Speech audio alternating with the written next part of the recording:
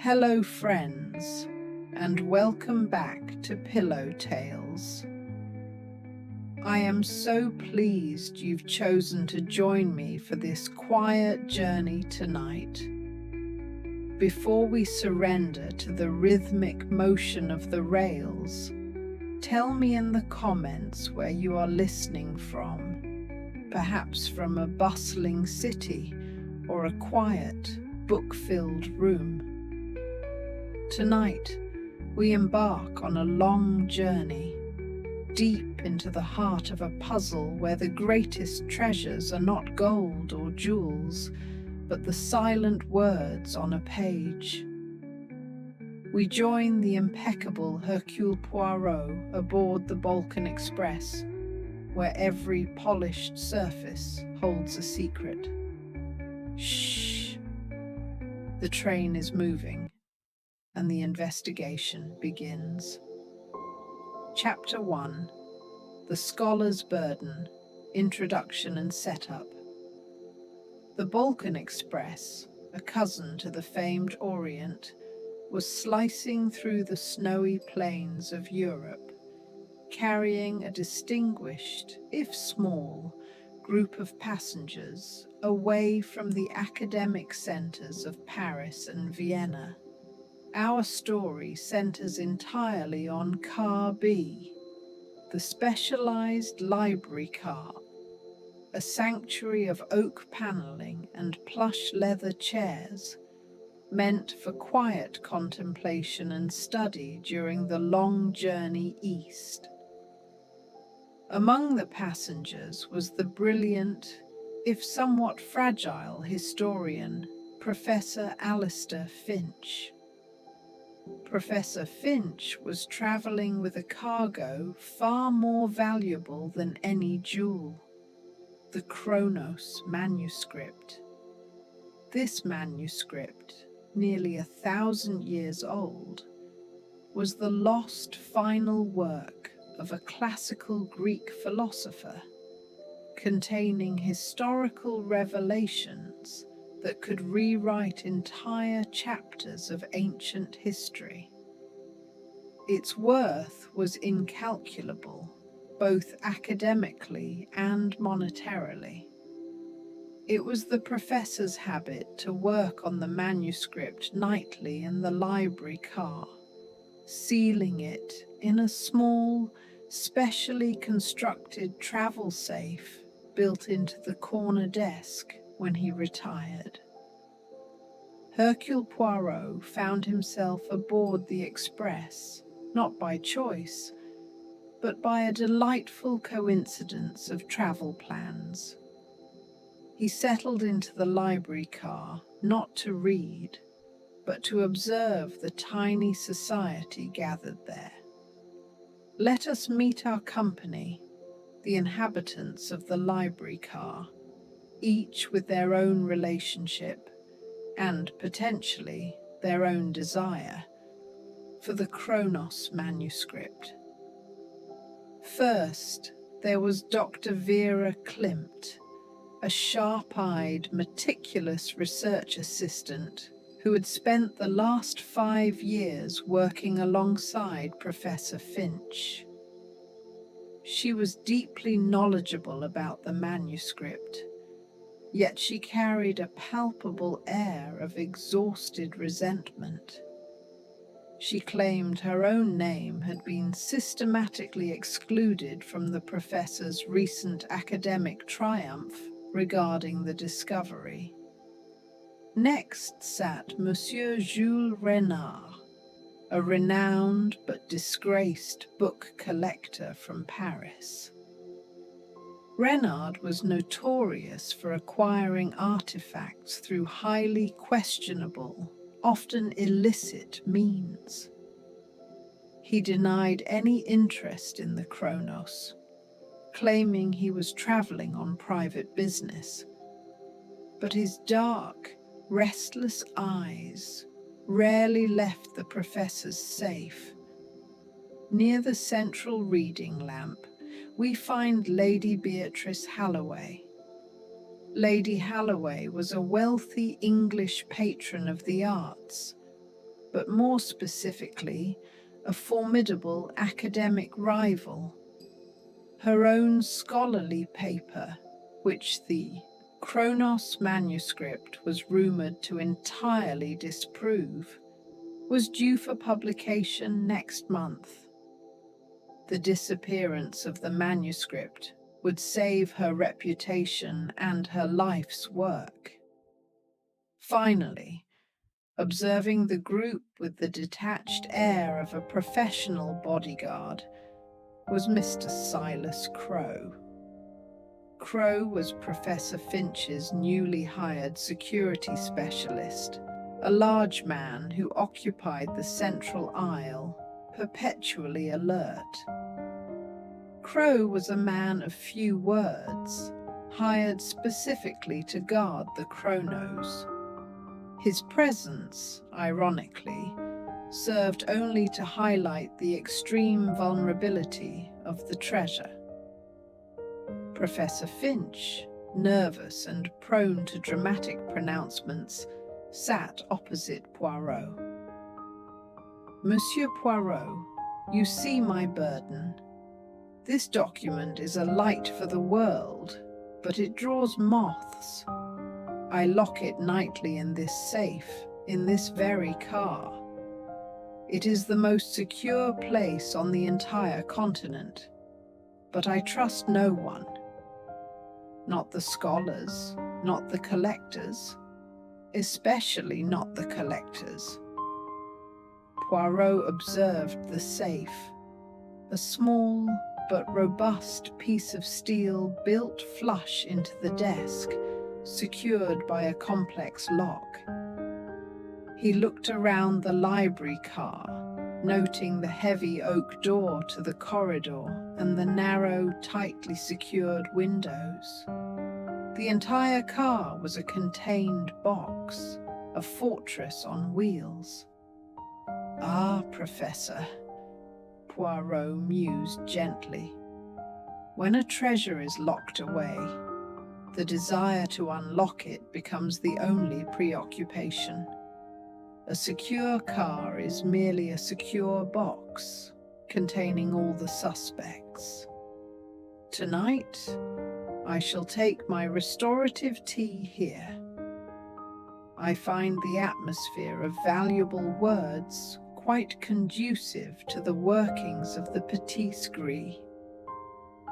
The professor secured the Kronos manuscript just as the clock chimed 11, and the steady rhythm of the Balkan Express carried the locked car and its ambitious inhabitants deeper into the night.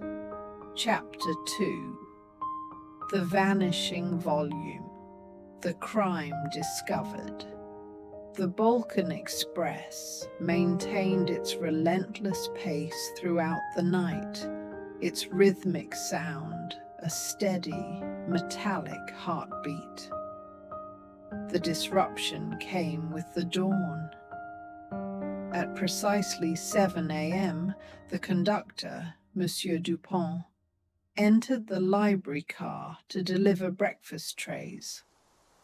He found Professor Finch already awake, staring wide-eyed at the small travel safe built into the desk. The professor's agitation was immediate and total. "It's gone, Dupont. The Kronos. The manuscript is gone." The ensuing chaos was exactly what Poirot had predicted. Poirot himself, already dressed impeccably, arrived quickly to survey the scene. The impossibility of the crime was instantly apparent, far more intriguing than a simple robbery.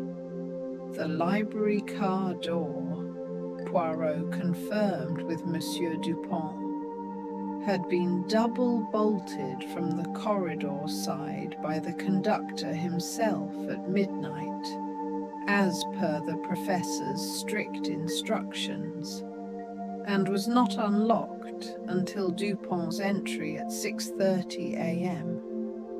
The windows were small, secured with tight latches and impossible to pass through. The library car was, in every practical sense, a sealed fortress. Yet the manuscript was missing. Professor Finch frantically displayed the safe. It was locked, not forced, and required a 6-digit combination known only to him. I opened it myself, Poirot. The space where the parchment should be is cold and empty. The thief knew my combination, entered a locked room, and locked the safe again when they were finished. The theft of the vanishing volume defied all logic. Poirot gently calmed the hysterical professor. Non, non, mon ami. The thief did not know your combination, and the thief did not use the door. This is not a simple thief. This is a highly technical mind at work. We have an impossible crime that occurred in a sealed carriage moving at high speed. The thief is still among us, still on this train, and they hold the secret of this car's true weakness. Poirot instructed Dupont to ensure no one left Car B. The rhythmic clack-clack of the train now felt less like a lullaby and more like the ticking countdown to a profound revelation. Chapter 3. Alibis and Ambition. Investigation begins. Poirot took command of the library car, transforming the opulent space into his temporary headquarters. His focus was on the tight window between midnight, when the car was sealed, and 3 a.m., when most passengers were confirmed to be in their compartments. His first task was to verify the suspects' rigid alibis and establish their true motives against the theft of a priceless intellectual property. Dr. Vera Klimt was interviewed first. She maintained she was working until 3 a.m., using the manuscript's disappearance to finally voice her long-held resentment. The professor promised me co-authorship. That manuscript is 5 years of my life. His reputation is based on my tireless work, and he dismissed me. If I took it, it would be justly deserved compensation, but I was in my cabin, writing my professional resignation. Her motive was clear: professional jealousy and stolen credit. Monsieur Jules Renard was overly dramatic in his denials. A manuscript merveilleux, but I deal only in gold bindings and precious stones. I was asleep, Monsieur Poirot, dreaming of Parisian auction houses. Yet his hands were nervous, and he kept glancing at the safe. His motive was purely financial: illicit sale to an underground collector. Lady Beatrice Halloway was cool and cutting. I was in my compartment, reviewing my own scholarly notes. I have no need of Professor Finch's dubious volume. However, its disappearance certainly saves me the embarrassment of having my own work immediately discredited. A fortunate coincidence, perhaps. Her motive was the preservation of her academic reputation, a powerful, destructive force. Mr. Silas Crowe, the security specialist, provided the only non-alibi. My job was the perimeter, the door. I sat awake until 4 a.m., watching the corridor. No one entered or left. I failed. His alibi was that of a dedicated failure, and his motive was simple: a professional attempt to recoup his loss of reputation by finding the thief himself. Poirot noted his sincerity. The tiny physical clue appeared during this phase. Near the corridor door lock, where the heavy bolt was visible, Poirot spotted a microscopic smear of light-colored wax.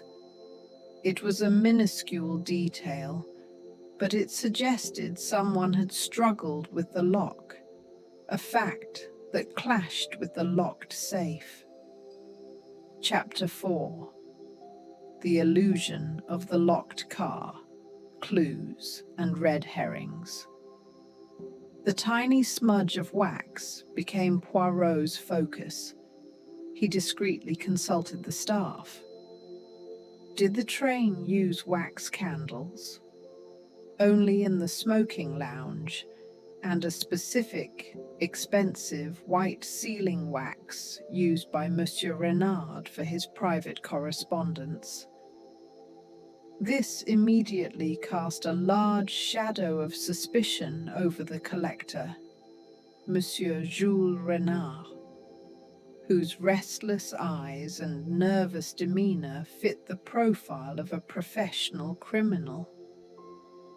Renard became the primary red herring, the obvious suspect designed to distract the investigator.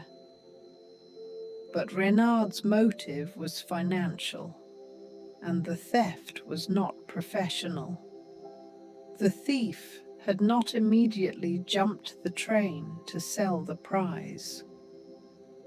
Poirot turned his attention back to the true nature of the impossible crime: the locked safe inside the locked car.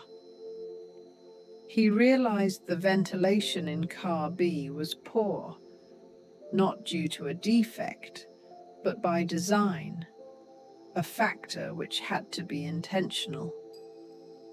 He spent a long time examining the central desk itself, running his fingertip along the underside of the mahogany. It was there, beneath the reading surface, that he found the second, decisive clue: a very faint, almost invisible metal scratch, running parallel to the base of the desk, as if a large, flat panel had been dragged across the wood. The scratch suggested that the desk, which housed the safe, was not just furniture, but a component of the library car's internal structure. Poirot understood. The manuscript was never stolen through the door, which the killer wanted the conductor to lock. The library car was a sealed fortress, only at the obvious entry points. The true entry point was hidden, internal, and technical. The thief had not opened the safe via the combination, but had accessed the safe from a secret compartment hidden within the furniture itself, a flaw in the car's original design. Chapter 5: The Architect's Folly, Complications and Twists. Poirot's theory about the desk was radical. He requested the assistance of Mr. Crow, the security specialist, who, as a former military engineer, possessed the necessary technical skills. Poirot pointed out the scratch. Mr. Crow, is it not possible that this desk, built for a specific purpose, contains a secret? a panel that allows access to the rear of the safe without the combination. Crow, already burdened by his professional failure, suddenly paled. He did not deny the possibility. He confessed the major complication. Years ago, he had consulted on a security report for the Balkan Express. He knew that Car B, converted from an old military sleeper, retained a hidden service panel beneath the desk that was meant for emergency maintenance, a true architect's folly. The panel, once accessed, would expose the rear hinge of the safe. The dramatic twist unfolded when Crow then confessed his reason for his failed alibi. "I couldn't sleep, Monsieur Poirot. I had to check. Around 3:00 a.m., I used a specialized tool to access the trapdoor. I looked inside. The safe was already empty." Crow had found the safe gone hours after the theft, confirming that the crime occurred much earlier than 3 a.m. He remained silent, fearing that reporting the theft would expose the security flaw and ruin him professionally. This revelation eliminated Crow, Renard, and Dr. Klimt, as their actions occurred too late in the night. The thief was someone who acted quickly, before midnight, and with a motive so strong it allowed them to hide quietly for the rest of the journey. Chapter 6. The Silence of Intellectual Theft, the Revelation. The field narrowed considerably. Poirot gathered the remaining suspects and began his final summation. The crime was one of extraordinary precision, relying on two factors: the conductor's rigid schedule and a secret flaw in the library car's original design. He explained the trapdoor. The Chronos was stolen by someone who did not break the lock, but lifted the desk panel. The safe was locked again to maintain the illusion of an airtight crime. Poirot then revealed the crucial flaw in the motives. The financial motive, Renard, would have resulted in an immediate, chaotic escape from the train. The resentment motive, Klimt, would have resulted in the manuscript being dramatically burned or destroyed, not merely concealed. The theft was not for immediate gain, but for time, Poirot stated, his voice quiet but firm. The thief needed the manuscript to disappear, not permanently, but long enough for their own work, their own reputation, to be secured. He explained that the thief sought to delay Professor Finch's publication, allowing themselves a window to publish a competing work that the Chronos manuscript would have immediately discredited. "Who among us," Poirot asked, looking directly at the last remaining scholar, Lady Beatrice Halloway, "had a career resting so precariously on the failure of the Chronos manuscript? Who had the means, the motive, and the ruthless ambition to destroy a historical truth, to save a professional reputation?" The silence in the library car was deafening, interrupted only by the steady clack-clack of the train. Chapter 7. The Scholar's Revenge. Justice Served. Lady Beatrice Halloway, the elegant, highly respected academic, finally lowered her head, the icy composure dissolving. Her ambition, revealed, was naked and bitter. The manuscript proved my life's work, my last 10 years of research, was utterly worthless, based on an erroneous translation. I would have been a laughingstock, professionally ruined. I had to buy time.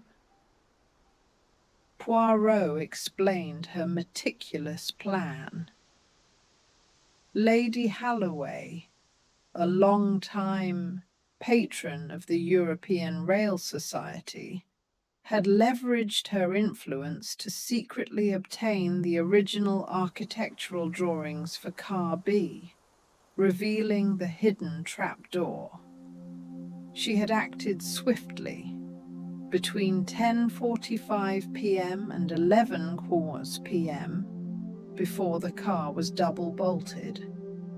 While Professor Finch was distracted talking to Monsieur Renard about the sale, she had used a specialized tool, a thin, flat instrument disguised as an elegant letter opener, to lift the desk panel and access the safe. She replaced the panel and then spent the rest of the night reading and waiting, knowing the locked doors would protect her until the train reached its destination. The wax on the lock was her own, used to subtly test the conductor's sealing of the door, not an attempt to force it. And the manuscript, Lady Halloway? Poirot asked. Where is the Chronos, the great weight you sought to lift from your own conscience? Lady Halloway merely gestured with a trembling hand toward her large, exquisitely crafted presentation case, which she had previously claimed contained her research notes. Poirot opened the case. Inside, cushioned by velvet lining and discreetly hidden beneath a blank title page mock-up for her own upcoming book, lay the fragile ancient Chronos manuscript, recovered intact. The revenge was not to destroy the words, but to silence them until her own words could speak first. Chapter 8. The Weight of Words. Resolution. With Lady Halloway's bitter confession and the recovery of the manuscript, the dramatic tension finally broke.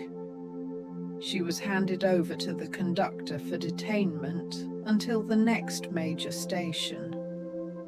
The atmosphere in the library car, however, did not instantly clear. The fragility of reputation was exposed, casting a shadow over every academic success. Poirot ensured that Professor Finch, humbled by the theft and the subsequent discovery of his own assistant's resentment, made a sincere promise to Dr. Vera Klimt regarding co-authorship and proper credit for her years of work. To Monsieur Renard, the red herring, Poirot offered a word of advice. Greed for gold can be cured, mon ami, but greed for history can destroy the history itself. Seek beauty in honesty. The library car's security flaw, the architect's folly, was permanently sealed by Mr. Crow, who regained his professional pride through diligence. not fear. The Kronos manuscript, the object of such fierce ambition, was finally returned to the professor, who now understood that the weight of the words extended far beyond the pages. It carried the weight of human jealousy and ambition. The Balkan Express continued its steady journey, the rhythm of the rails now sounding like a promise of order restored. Chapter 9. Reflections on Reputation. Poirot's Musings. Poirot sat quietly, watching the sunrise illuminate the oak panels of the library car. The car was cleaned, the safe was secured, and the drama was behind them. He thought about the complex motivation, not the simple desire for wealth, but the terrifying ambition for reputation. Lady Halloway had risked everything, her freedom, her honor, not for money, but for the right to be historically correct, the right to have her paper published without immediate discredit. Intellectual jealousy, Poirot realized, was perhaps the most dangerous form of envy, for it attacks the very foundation of a person's worth. He observed Dr. Klimt, now writing her notes with a renewed sense of dignity, her name finally assured of its place alongside the professor's discovery. Poirot mused that the pursuit of truth must always be honest, that any attempt to manipulate history, whether ancient parchment or modern career, inevitably leads to chaos.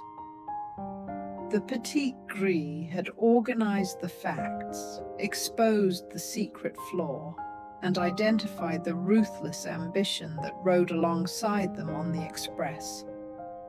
Now, the mind required a true rest, free from the burdens of secrets and lies. Chapter 10. Sweet Dreams from Pillow Tales. Closing. The Balkan Express, having delivered justice, is now gliding smoothly toward the dawn, its wheels tracing a long, unbroken line across the continent. The library car is silent, warm, and secure. The rhythm of the train has softened, turning the metallic clack-clack into a deep, comforting hum. Our long journey with Hercule Poirot, tracing the secret flaw in the walls of the fortress car, has reached its peaceful end. There are no more puzzles to solve, no more ambitious scholars to expose. All that remains is the deep, soothing certainty of the journey itself. Let the rhythmic motion of the rails carry away any lingering worries about hidden flaws or unspoken resentments in your own mind. Imagine the soft leather of the library car chair, the deep quiet of the closed compartments, and the peaceful speed of the train heading toward morning. Close your eyes, let your breathing deepen, and allow the quiet elegance of the 1920s Express to lull you into the deepest, most restorative rest. Good night, friends. May your sleep be sound and your secrets safe.